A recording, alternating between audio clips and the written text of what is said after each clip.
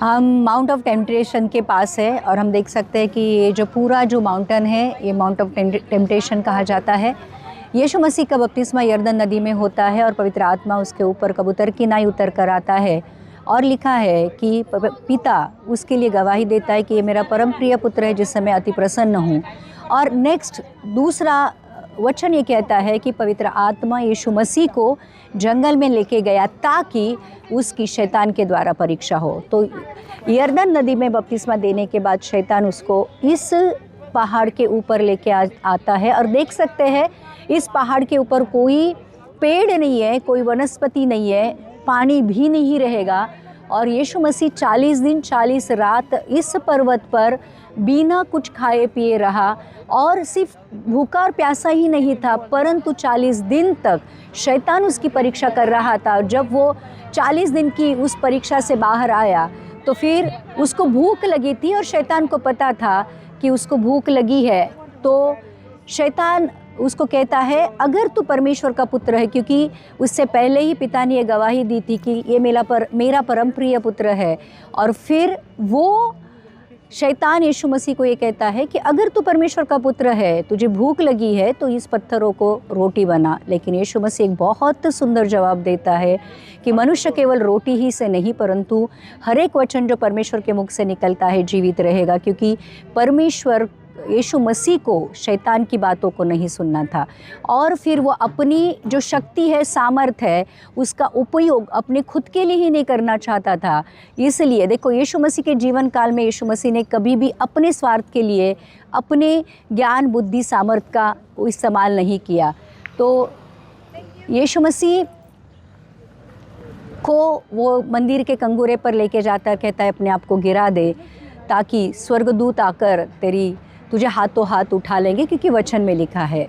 लेकिन यीशु मसीह कहता है कि तू अपने परमेश्वर की परीक्षा ना ले। ये भी परीक्षा में वो पास होता है। और जब शैतान उसको सारी दुनिया का वैभव दिखाता है, कहता है कि मेरे सामने दंडवत कर और मैं तुझे सारा वैभव दे दूंगा, तब यीशु मसीह कहता है कि लिखा है कि तू अपने परमेश्वर के आगे ही झुक, उसकी ही सेवा कर। और फिर शैतान वहाँ से निकल जाता है। तो प्रिय, आज हम देख सकते हैं कि अगर शैतान यीशु मसीह की परीक्षा ले सकता है तो हमारी तो लेगा ही। लेकिन दो चीज़ें हम यहाँ पर देख सकते हैं। एक है पवित्र आत्मा और परमेश्वर का वचन। इन दोनों के साथ अगर शैतान से लड़ोगे तो शैतान हार कर भाग जाएगा। आमीन। It's a monastery from the 4th century. Hello, Orthodox monastery that built by the 4th century. This mountain called Karantal. Karantal. It's from the Greek word Karantal. It's 40.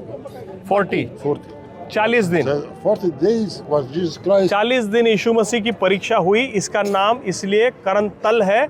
उसको वो भाषा में करंतल का मतलब होता है 40। वो जो मोनेस्ट्री है वो कब की है? 4th शताब्दी, 4th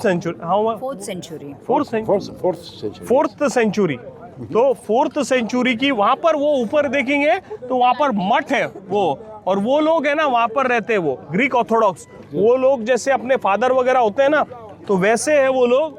वहाँ पर कई महीना वो लोग ऊपर बिताते हैं वहाँ पर। ये यहाँ पर रेस्टोरेंट है बना हुआ, एक केबल कार से ऊपर जा सकते हैं, लेकिन उसके बाजू में वो जो दिख रहा है वहाँ पर वो नीचे आपको एक गाड़ी दिख रही है, वहाँ तक सामान जाता है। पहले नहीं जाता था, कई दिनों के बाद वो नीचे आते थे, अपना सामान लेके जाते थे, लेकिन महीने हफ्तों ऊपर ही रहते थे। So we see that the Holy Spirit led Jesus Christ here after the baptism here to be tempted to 40 days. Okay, the first one asked him, he told him, if you are the Son of the God. I explain this. Okay. So, what was the answer of Jesus Christ was? यीशु मसीह का उत्तर क्या था जब उसने कहा क्या तू परमेश्वर का पुत्र है? It's written, man does not live in bread alone. मनुष्य केवल रोटी ही से नहीं, But it's not only the word of Jesus Christ. It was a word of Moses. When they left the Jewish people from Egypt. Moses tell them these words. We as Christians believe that the Old Testament is Shadow of New Testament. yes, the New Testament is incarnation of the Old Testament. Old Testament, yeah. So Old Testament is preparing our Jesus Christ. Jesus coming. Christ coming, yeah. So this is what I want to say. This is current time.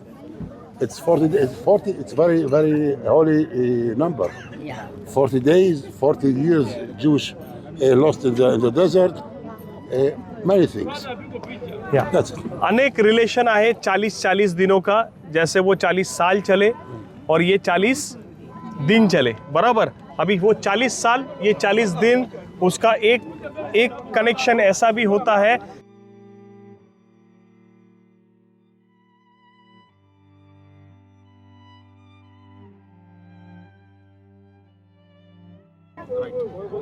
तो ऐसे भी 40 साल हम उसको पकड़ते हैं. And we become tempted by the devil when we are weak, when we are hungry, we are angry, we are confused. So the devil want to prove us how.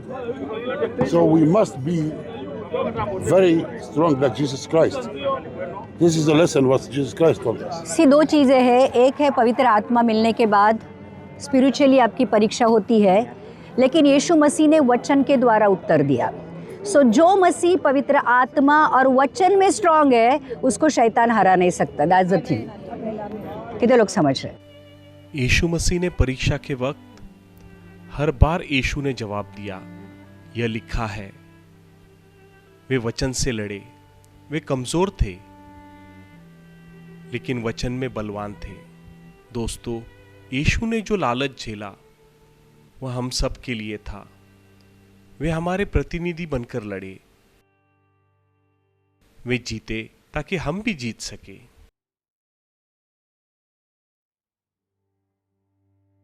जब मैं यहां खड़ा होता हूं और नीचे इरीहो का मैदान देखता हूं,